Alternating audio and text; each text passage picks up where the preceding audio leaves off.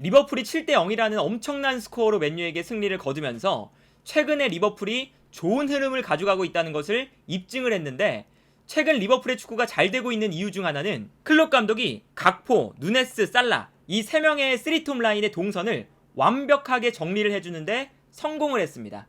일단 이번 시즌 초반에 리버풀의 가장 큰 문제점 중에 하나가 누네스와 살라의 호흡이 좋지 않다는 거였거든요.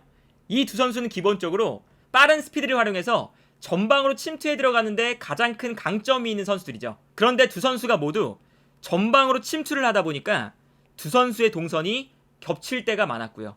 여기에 더해서 두 선수 모두가 앞으로 뛰어나가면 상대 수비 라인이 내려가다 보니까 오히려 두 선수가 뛰어들어갈 수 있는 공간이 사라지는 현상이 발생을 했어요. 그리고 여기에 대해서 누네스가 최전방 공격수 자리에서 연계 플레이가 매우 부족한 선수였기 때문에 기본적으로 피루미누가 하던 역할을 제대로 수행하지 못했거든요. 좌우 측면에서 측면 공격수들이 뛰어들어갈 때 중앙에서 볼을 잡아서 좌우 측면으로 뿌려주는 혹은 연계 플레이를 해주는 역할을 누네스가 제대로 수행하지 못했었고요.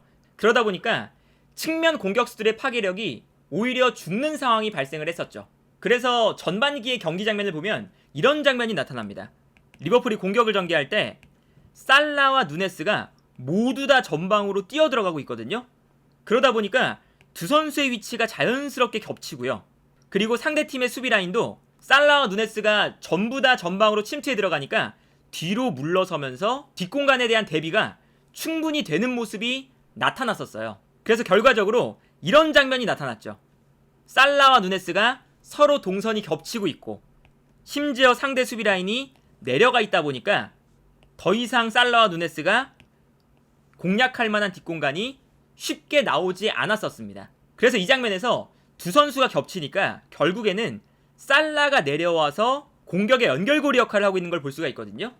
그런데 살라가 전방으로 침투해 들어가는 것이 아니라 이렇게 내려오는 플레이가 많아진다면 당연히 살라에게도 이 역할은 본인의 플레이 스타일을 살려줄 수 있는 옷이 아니겠죠.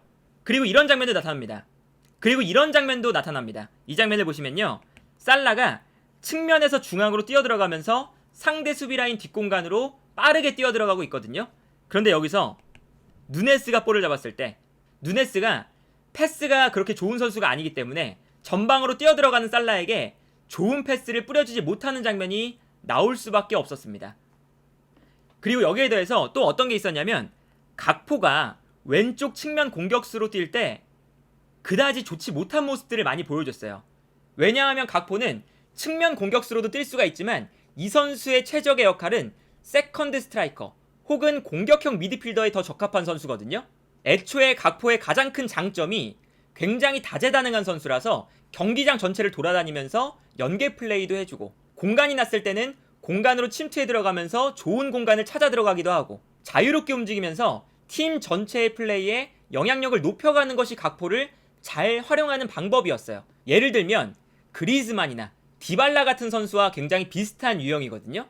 그래서 월드컵 때도 데파이와 투톱으로 나오거나 아니면 투톱의 밑에서 공격형 미드필더의 역할을 맡았을 때 월드컵에서도 잘했었죠. 그런데 리버풀이 각포를 영입했을 때 처음에는 왼쪽 측면 공격수로 활용하다 보니까 각포의 활동 반경이 측면에만 국한된다는 것이 기본적으로 문제였고, 여기에 더해서 각포가 측면 공격수 치고는 드리블 돌파가 엄청나게 파괴력 있는 선수가 아니거든요.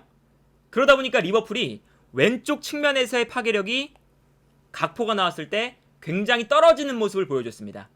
그래서 누네스, 살라, 각포 이 3명의 3톱에서의 문제는 기본적으로 누네스가 중앙에서 살라와 동선이 맞지 않는다. 그리고 연계 플레이가 되지 않는다. 그리고 각포가 측면 공격수로 뛸 때 다재다능한 각포의 장점이 오히려 나오지 않고 측면에서의 파괴력이 부족하다는 각포의 단점만 나오는 상황이었어요.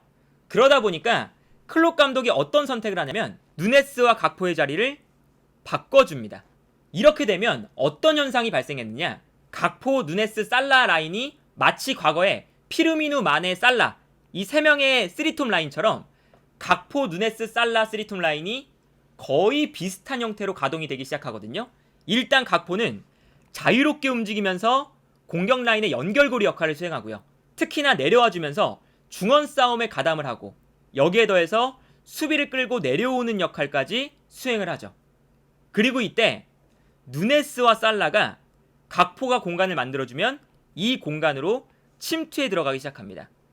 그리고 이때 각포가 연계 플레이에도 뛰어나기 때문에 각포가 뛰어들어가는 누네스와 살라에게 패스를 공급해주기도 하죠. 그리고 여기에 더해서 누네스가 중앙에서 뛸 때는 연계 플레이가 너무 부족하기 때문에 투박한 모습만 부각이 되었었는데, 측면에서 중앙에 공간이 만들어졌을 때 뛰어들어가는 역할을 수행한다면 누네스의 가장 큰 강점은 지금 유럽 전체에서 가장 빠른 스피드를 가진 공격수 중에 한 명이기 때문에 누네스의 가장 큰 강점이라고 할 수 있는 스피드를 측면에서 중앙으로 뛰어들어가는 동선을 통해서 살려줄 수가 있었어요. 그리고 여기에 더해서 살라와 누네스의 동선이 겹치지 않게 됐습니다. 그래서 이런 장면이 나오게 되는 거죠. 이 장면을 보시면 각포가 내려와서 볼을 받을 때 순간적으로 수비수가 각포를 따라 내려오니까 수비 라인에 공간이 만들어지고, 여기서 살라와 누네스가 공간으로 침투해 들어가는 것을 볼 수가 있습니다. 이러한 공격 패턴이 마치 피르미누 마네 살라 라인을 보는 것과 같죠?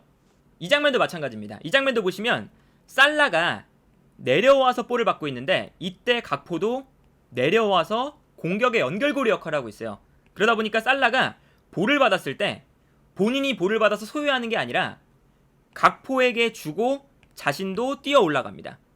그리고 이때 각포가 중간에서 볼을 받은 이후에 살라도 뛰어나가지만 반대편에 있는 누네스도 뛰어나가고 있어요.